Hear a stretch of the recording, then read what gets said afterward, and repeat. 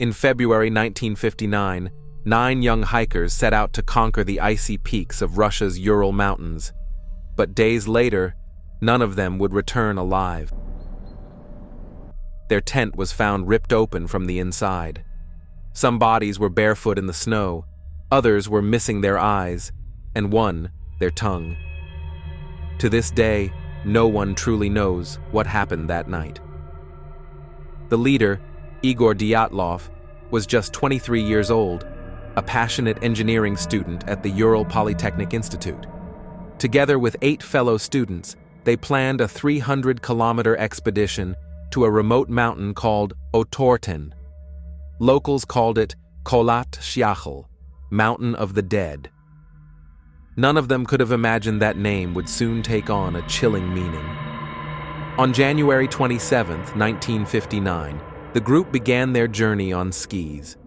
They kept a diary, documenting each day with smiles, jokes, and songs around a campfire. But by February 1st, the weather turned. A brutal snowstorm forced them off their path. They set up camp on a slope to wait out the storm, a decision that would seal their fate. When the hikers failed to return, a search party was launched. Weeks later, rescuers found the tent, half buried in snow, cut open from the inside.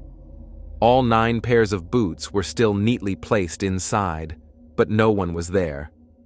Footprints, barefoot, led into the forest. 2 bodies were found near a small campfire, dressed only in underwear. 3 more were discovered a few hundred meters away, crawling positions, as if trying to return. The last 4 weren't found until months later, buried under the snow. 1 had a fractured skull, 2 had broken ribs, and 1, Lyudmila Dubinina, was missing her tongue.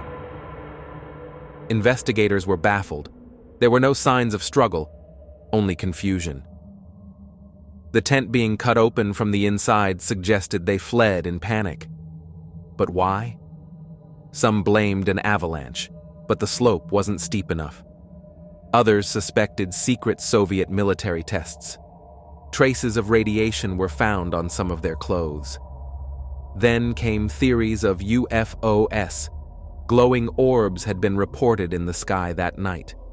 Still, others believed it was something psychological, a sudden case of paradoxical undressing, where hypothermia victims remove clothing as they freeze.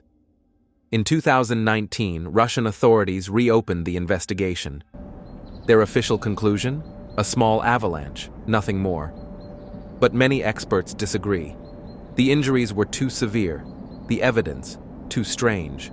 Some mysteries never melt away. They just lie buried beneath the snow, waiting for answers that may never come.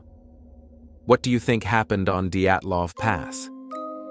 Was it nature, the government, or something else entirely? Leave your theory in the comments and subscribe for more dark mysteries from history.